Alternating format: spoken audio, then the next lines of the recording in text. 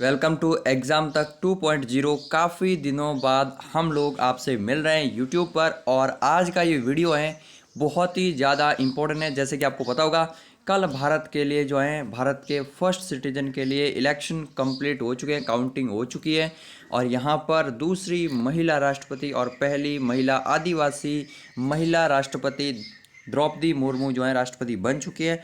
आज हम लोग इनके बारे में इस वीडियो में चर्चा नहीं करेंगे, इन पे मैंने अलग से वीडियो बना रखा है, कुछ ही देर बाद यूट्यूब पे अपलोड हो जाएगा। इस चैनल को सब्सक्राइब करके बेल आइकन को दबा दो। आज हम लोग जानेंगे भारत का राष्ट्रपति, ये जो पद है ना, पॉलिटी का बहुत इंपॉर्टेंट टॉपिक है। सो यहाँ पर अगर आप कोई एग्ज़ाम की तैयारी कर रहे हैं, स्टूडेंट है, तो आपके लिए इम्पोर्टेंट है ही। अगर स्टूडेंट नहीं भी है फिर भी जानना चाहते हैं कि किस तरह से भारत के राष्ट्रपति के पास में अधिकार होती है, शक्तियाँ होती है, तो ये सब आप लोग इस वीडियो में जानोगे। अगर आप लोग इस वीडियो पे आ चुके हैं तो एक बार यही कहूँगा, इस वीडियो को एंड तक देखिए, आपको इतने कम टाइम में इतना ज़्यादा नॉलेज कहीं भी नहीं मिलेगा। तो चलिए फिर वीडियो को शुरू करते हैं। काफ़ी ज़्यादा इम्पोर्टेंट है। पहले मैं आपको बता दूं कि आपको इस वीडियो में क्या क्या मिलने वाला है। भारत के राष्ट्रपति के बारे में इंट्रोडक्शन देखने वाले हैं, उनसे संबंधित अनुच्छेद देखने वाले हैं, योग्यता क्या है, कौन राष्ट्रपति बन सकता है, क्या आप भी प्लान बना सकते हैं, या फिर इलेक्शन कैसे होता है। बहुत ही इंटरेस्टिंग है यहाँ का इलेक्शन, जो कि हम लोग अलग वीडियो में भी समझेंगे, यहाँ पर भी बता दूंगा। वेतन कितना होता है भाई साहब, एंड अधिकार, कार्य और शक्तियाँ, ये सब हम लोग जानने वाले इस वीडियो में। तो चलिए फिर शुरू करते हैं। सबसे पहले बात करते हैं भारत का जो राष्ट्रपति होगा, ये होता है भारत का फर्स्ट सिटीजन। ठीक है, भारत का पहला नागरिक होता है ये आपको इम्पोर्टेंट याद रखना। ठीक है, उसके बाद अगर बात किया, भारत का जो राष्ट्रपति है ये कार्यपालिका का प्रधान होता है तथा संवैधानिक प्रधान और देश का संवैधानिक प्रधान भी होता है। सारे काम जो है ना ये राष्ट्रपति के नाम होते हैं। अगर कोई बिल एक्ट बनता है ना तो राष्ट्रपति के साइन के बाद ही वो जो है बिल एक्ट बनता है। एंड ये आपको याद रखना, संघ की कार्यपालिका की शक्तियाँ जो है ना ये राष्ट्रपति में निहित होती है और राष्ट्रपति संसद का अभिन्न अंग भी है। अभी आगे हम लोग डिटेल में चर्चा करेंगे, ये मैंने आपको शॉर्ट में बता दिया। राष्ट्रपति लोकसभा राज्यसभा के साथ में संसद का भी अंग होता है। अभी हम लोग आगे बढ़ते हैं। तो राष्ट्रपति आपको याद रखना भारत का जो है फर्स्ट सिटीजन होता है। नेक्स्ट है राष्ट्रपति से संबंधित अनुच्छेद। ये एग्ज़ाम वालों के लिए इंपॉर्टेंट है। एग्ज़ाम जो नहीं है, जो वीडियो को ऐसे ही देख रहे हैं, उनके लिए भी मैं बता दूं, आपको थोड़ा सा नॉलेज होना चाहिए। जैसे अनुच्छेद 52, आर्टिकल 52 में लिखा गया है कि भारत का एक राष्ट्रपति होगा। ठीक है, आर्टिकल 53 में क्या लिखा गया है कि संघ की कार्यपालिका शक्तियाँ जो हैं राष्ट्रपति में निहित होने वाली हैं। फिर आर्टिकल 54 में राष्ट्रपति के निर्वाचक मंडल में कौन कौन शामिल होगा, जिसके बारे में आपको अभी आगे जानकारी मिल जाएगी। नेक्स्ट है आर्टिकल 55, निर्वाचन संबंधित पद्धति का उल्लेख किया गया है। ठीक है, कि किस तरह से इलेक्शन होगा। और फिर है कार्यकाल से संबंधित जानकारी। जो लोग एग्जाम की तैयारी करें उनके लिए मैं अलग से वीडियो बनाऊंगा, 1 या 2 दिन में राष्ट्रपति के इंपॉर्टेंट अनुच्छेद, क्योंकि यहाँ पर मुझे नहीं लगता, वहाँ पर मैं आपको शॉर्ट ट्रिक में समझा दूंगा। एक ही ट्रिक में आपको पता चल जाएगा कि राष्ट्रपति के अनुच्छेद कौन से हैं। फिर आपको कभी भूलने की ज़रूरत भी नहीं पड़ेगी। ठीक है, भूलने चाहोगे तो भी नहीं भूल पाओगे। तो इस चैनल को सब्सक्राइब कर लेना। अब यहाँ पर जान लेते हैं राष्ट्रपति की योग्यता, कि क्या कहीं आपका भी मन हो जाए और आप भी राष्ट्रपति बनने लग जाए। तो अभी देख लेते हैं। भारत का नागरिक होना जरूरी है। ठीक है, हम सब हैं।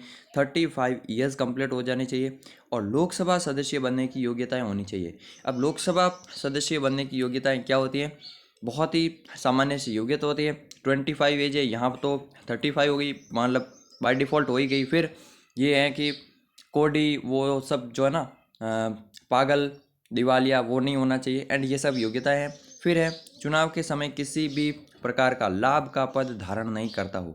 ध्यान रहे, अगर कोई उपराष्ट्रपति है और वो राष्ट्रपति इलेक्शन पर खड़ा हो रहा है, या फिर अगर मंत्री है, राज्यपाल है, तो ये लाभ के पद के अंदर में नहीं आते हैं।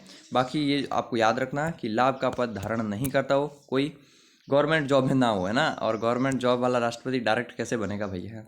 अब है भारत के राष्ट्रपति का इलेक्शन कैसे होता है। तो भारत एक गणतंत्र देश है, इसलिए यहाँ पर देश के हेड जो है ये औपचारिक पद के लिए चुनाव किया जाता है। इसीलिए हमको रिपब्लिक कहा जाता है। यूके हो गया, ऑस्ट्रेलिया हो गया, इसके अलावा अगर बात की जाए कनाडा हो गया, ये डेमोक्रेटिक तो है, लोकतंत्र तो है, लेकिन रिपब्लिक नहीं है। रिपब्लिक का मतलब होता है देश का जो हेड है ना, हेड ऑफ द स्टेट, वो इलेक्टेड है या नहीं है। तो इन देशों में महारानी जो है ना एलिजाबेथ, यही हेड ऑफ द स्टेट है। सो ये रिपब्लिक नहीं है, ये डेमोक्रेटिक जरूर है। यहाँ पर प्रधानमंत्री के इलेक्शन होते हैं, लेकिन जो हेड है ना वो मोनार्की है अभी भी। जो यूके की महारानी है वो है, लेकिन भारत में ऐसा नहीं है। भारत में हमारा हेड ऑफ द स्टेट जो है वो इलेक्टेड ही होता है। नेक्स्ट है आर्टिकल 55 में क्या कहा गया है कि राष्ट्रपति का निर्वाचन कैसे होगा। तो ये आपको याद रखना, जो एग्जाम वाले हैं, एकल संक्रमणीय मत पद्धति है। अब ये पद्धति बहुत ही तगड़ी है, ये मैं आपको नेक्स्ट वाले वीडियो में समझाऊंगा, जो 1-2 घंटे बाद ही इस चैनल पर आएगा, जहाँ पर मैं बहुत ही अच्छे से आपको समझा दूंगा। मतलब इतना इजी समझा दूंगा ना कि किसी को भी समझ में आ जाएगा।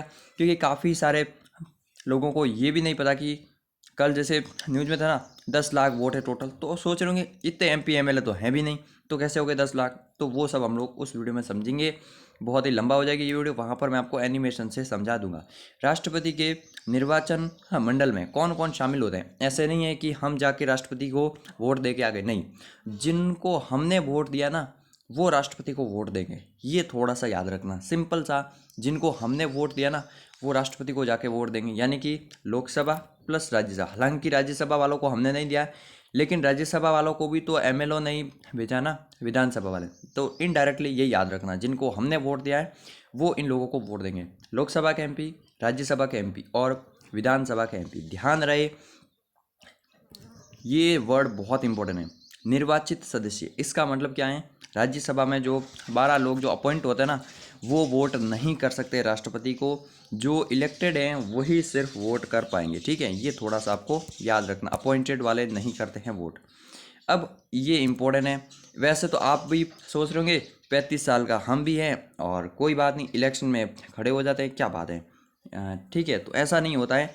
एक्चुअल में आपको निर्वाचक मंडल जो है ना आपका, वहाँ पर 50 सदस्यीय प्रस्तावक होने चाहिए और 50 सदस्यीय अनुमोदक होने चाहिए। ठीक है, यानी कि एटलीस्ट आपके पास में 100 MP या MLA का समर्थन पहले से होना चाहिए। वो लोग आपको सपोर्ट में साथ में होने चाहिए कि हाँ हम इनको एज अ कैंडिडेचर जो हैं एक्नॉलेज करते हैं। तो उसके बाद ही आप लोग जो हैं इलेक्शन लड़ पाएंगे राष्ट्रपति के लिए। ऐसे कोई भी जो है खड़ा होकर नहीं जा सकता कि मैं भी राष्ट्रपति के लिए खड़ा हूँगा, नहीं। आपको 100 MLA या फिर MP का सपोर्ट होना चाहिए, तभी आप लोग राष्ट्रपति बन पाएंगे। इसीलिए बड़ी बड़ी पार्टीज़ के ही कैंडिडेट होते हैं यहाँ पर जस्ट। ठीक है, राष्ट्रपति 5 साल का कार्यकाल होता है। ये सब आर्टिकल्स हैं अलग अलग, वो हम लोग अलग से वीडियो में समझेंगे। क्योंकि आज का वीडियो मुझे पता है काफ़ी सारे ऐसे लोग भी देख रहे होंगे जिनको एग्ज़ाम नहीं देना, लेकिन इंपॉर्टेंट बातें देखनी है। भारत का राष्ट्रपति को शपथ कौन दिलाता है, तो ये सुप्रीम कोर्ट का मुख्य न्यायाधीश CGI जो है ना भारत का, वो दिलाता है मुख्य शपथ। और इस्तीफा उपराष्ट्रपति, तो इस्तीफा उपराष्ट्रपति है, शपथ है CGI के द्वारा। ये आपको थोड़ा सा याद रखना है। नेक्स्ट आगे बढ़ते हैं, राष्ट्रपति का वेतन भत्ता क्या है भाई साहब। तो वैसे तो 5 लाख प्रति माह जो है राष्ट्रपति का वेतन है, और इस वेतन को कम नहीं किया जा सकता है। ठीक है, बढ़ाया ही जाता है, एक्चुअल में कम नहीं किया जाता। तो ये अभी के लिए याद रखना, 5 लाख पर मंथ है। और उसके बाद जैसे अभी रामनाथ कोविंद जी है, तो इनको 9 लाख वार्षिक पेंशन दी जाएगी। ठीक है, नेक्स्ट आगे बढ़ते हैं। अगर भारत के राष्ट्रपति के बारे में, ये तो मैं आपको ऊपर से वीडियो के माध्यम से बता रहा हूँ। अगर कोई इंटरेस्टेड है कि मुझे तो पढ़ना है, तो ये हैं examtakhindy.com, जो कि आज के टाइम पे नंबर 1 GK की वेबसाइट है हिंदी में। यहाँ पर जाकर पॉलिटी वाले सेक्शन में जाना है, वहाँ पर भारत के राष्ट्रपति मिल जाएगा, उस पर क्लिक करके पढ़ लीजिएगा। बहुत ही अच्छे से नॉलेज दी गई है वहाँ पर, राष्ट्रपति, उपराष्ट्रपति, मौलिक अधिकार सब कुछ दिया गया है। ठीक है, तो वहाँ पर जाकर पढ़ सकते हैं। अब ये भारत के राष्ट्रपति के अधिकार, नियुक्ति संबंधी भी अधिकार हैं, विदाई संबंधी भी अधिकार हैं। अभी आगे हम लोग देख लेते हैं नियुक्ति क्या है।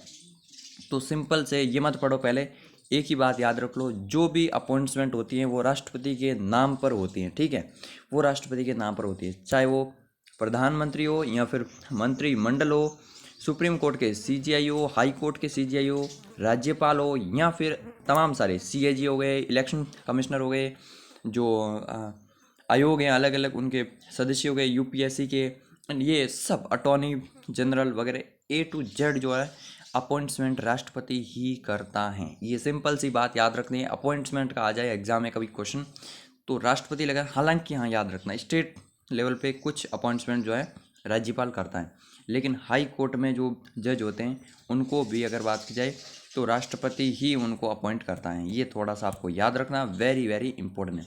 एंड हाँ, राज्यपाल को भी राष्ट्रपति अपॉइंट करता है, मुख्यमंत्री को राष्ट्रपति अपॉइंट नहीं करता। अब है विधायी शक्तियाँ। तो विधायी शक्तियाँ राष्ट्रपति की क्या है? भारत का राष्ट्रपति संसद का अभिन्न अंग है। इसका मतलब क्या है? संसद लोकसभा प्लस राज्यसभा से मिलती है, राष्ट्रपति भी इसका अभिन्न अंग है। ये कैसे साहब? अगर कोई बिल है जिसको एक्ट बनाना है, तो पहले मान लो कि लोकसभा में आ गया, वहाँ पास हो गया, फिर जाएगा राज्यसभा में, वहाँ पर भी मान लो पास हो गया। जब तक ये जो है बिल एक्ट नहीं बनेगा, तब तक प्रेसिडेंट इस पर साइन नहीं करेंगे। तो राष्ट्रपति का साइन होना बहुत ज़रूरी है, इसीलिए ये आपको याद रखना है। और राष्ट्रपति के पास राज्यसभा में 12 सदस्यों का जो है मनोनयन करने का भी अधिकार होता है। राष्ट्रपति संसद का सत्र जो है आहूत करता है, संसद के सत्र को समाप्त करता है, संसद के किसी भी सदन में जाके अपना भाषण दे सकता है। संसद द्वारा पारित विधेयक जो है राष्ट्रपति की सहमति के बाद ही कानून बनते हैं, और धन विधेयक पेश करने से पहले राष्ट्रपति की सहमति लेना जरूरी है। और राष्ट्रपति संसद के दोनों सदनों की संयुक्त बैठक बुला सकता है, आर्टिकल 108। ये मैं सब अलग से बताऊंगा आपको, ठीक है। नेक्स्ट आगे बढ़ते हैं।